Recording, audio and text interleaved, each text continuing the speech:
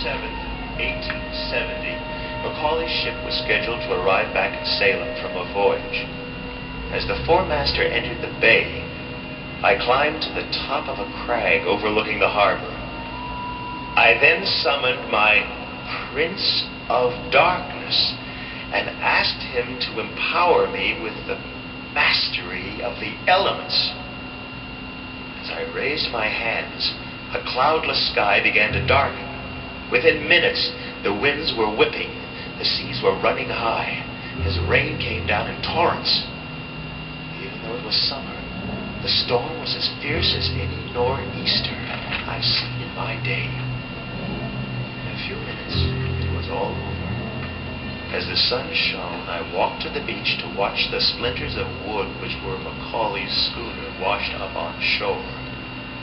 Terence Macaulay took advantage of Hester Abbott, and it cost him his life.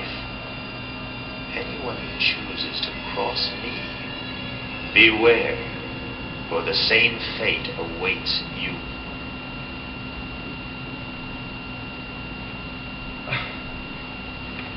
Paige?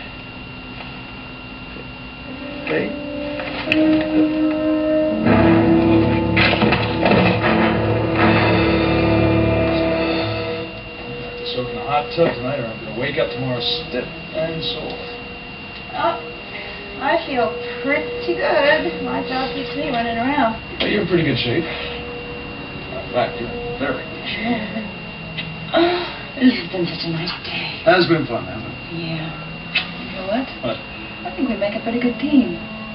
And I don't just mean on the court. Well, I'm not surprised. After all, love is an important part of tennis, isn't it? You glad we came here? I'm having a terrific time. Glad you're enjoying yourself. I am. After all, tennis is my favorite outdoor sport.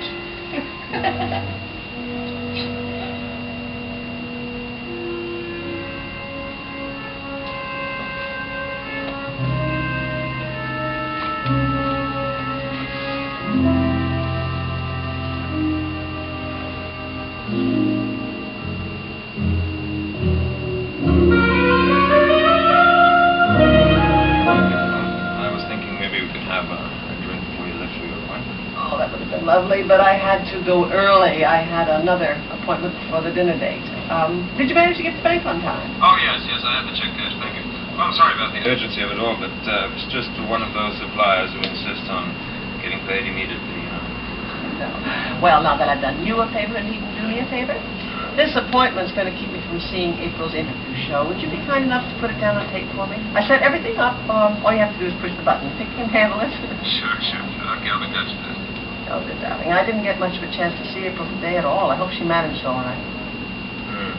Well, are you going to be coming home late for me dinner? Because I'll leave the Unicorn not later than about midnight. Well, I'll try to get home early now. Okay. I just want us to be together a bit more often. I'd like that too. I do love you, you know, at least. I love you too. Favor in my room for me. Oh, Mrs. Raymond. I know that you and April are very close. I was hoping you might be willing to have a little chat with your daughter. Well, now, what? This situation with Jamie. Frankly, I think someone should talk some sense into that young lady. Oh, really? Surely you must realize that April is being totally unreasonable about this whole business. Well, that is your opinion, isn't it? Dorn. Logan Swift is the boy's father. Now, I know that April has a great deal of affection for that baby. But she has no moral or legal right to him. I'm afraid April would object to that rather vehemently. I know.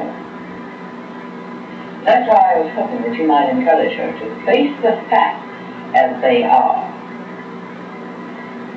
Well, thank you for the ride home, Mrs. Pollock. The job is still open. Do you believe that? No, we remain in New York yet. Yeah, look, I gotta keep quiet. I just wanted to tell you this right now. Look, that job was never right for Draper. Margo, what did you mean exactly when you said Henson gave you his word? Did you mean that That he promised not to see Draper? He couldn't see Draper. Do you mean that he promised that he would make sure that Draper would not get that job? Margo, I know how you felt about Draper taking that job and now moving to New York. Why wouldn't I be upset about my daughter moving 1,000 miles away? Oh my God, Margo, you did it. You did. You were the one who made sure Draper didn't get that job in New York. I thought that story was filed and forgotten. Nancy decided to give Mr. Hayes another chance to tell his story and to make good on the money he got out of us. Considering all the stunts that guy's pulled, I don't think that was too wise. I'm concerned too, Mike. First of all, they were going to meet at some bar, then Nancy just phoned and said they were going to his place and gave me that address. Joe, that guy's got something up his sleeve.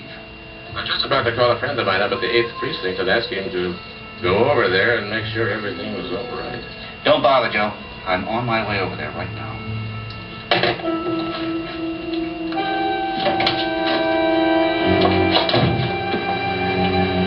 Wait a minute, this isn't 127 Spruce. This is your father's shop. Oh, I always get the numbers mixed up. Yeah, I work out of my father's shop. That's where my office is. All the records are, I told you that. Come on, my old man's even home. The cop? Oh, I got company. All right? Come on, this is where all the books are and stuff. You said you want to see how I operate, right? Well, I intend to show you.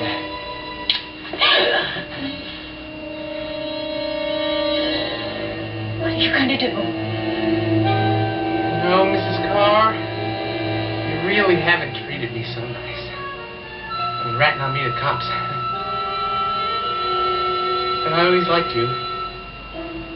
So now I'm just going to show you how much. Meaning what? Well, I'd like to talk about it. Look, baby, Ben, you don't want any more trouble. You're in enough as it is. Why add to it? I ain't going to get in no trouble. Why should I? You want to be here. I got witnesses. My two friends back at the bar. I wasn't afraid of them seeing us together. I wanted them to. They saw you leave the place with me of your own free will. I told them how you couldn't wait to be alone with me. Do you think anybody's going to believe that? Yeah. Well, if you just change your mind after leaving me on like that, you know, ain't nobody going to blame me. Come on, Mrs. Karr. You wanted this. So let's just get to it. Listen to this. Dear Mr. Scott, you don't know me, of course, and you're probably wondering why I'm writing you so soon after my husband's passing. But in fact, it was David's death which prompted me to write and tell you that you were very much on his mind, even to the very end. The guy must have had a conscience after all. David was far more disturbed about the situation regarding you than you could possibly imagine. He knows that he mistreated you badly, and that he broke his promise to your associate, Mr. Karr. Well, he did that. He swore to me he was going to see you. However, I feel that I can explain some of David's odd behavior, and perhaps you'll be able to forgive him for the pain he must have caused you. You hear the truth about what occurred. If you ever have occasion to visit New York, and I'm sure your practice requires you to do so, I'd very much like to talk to you about this unhappy situation. Yours truly. The truth about what occurred? Mike, what does she mean? Look, there's obviously more here than I understand. Mike? Mike, remember that promise I made to myself about going to New York and confronting Henson with this when he got back from his trip? I never thought you were serious about it. I can still do it. Margo!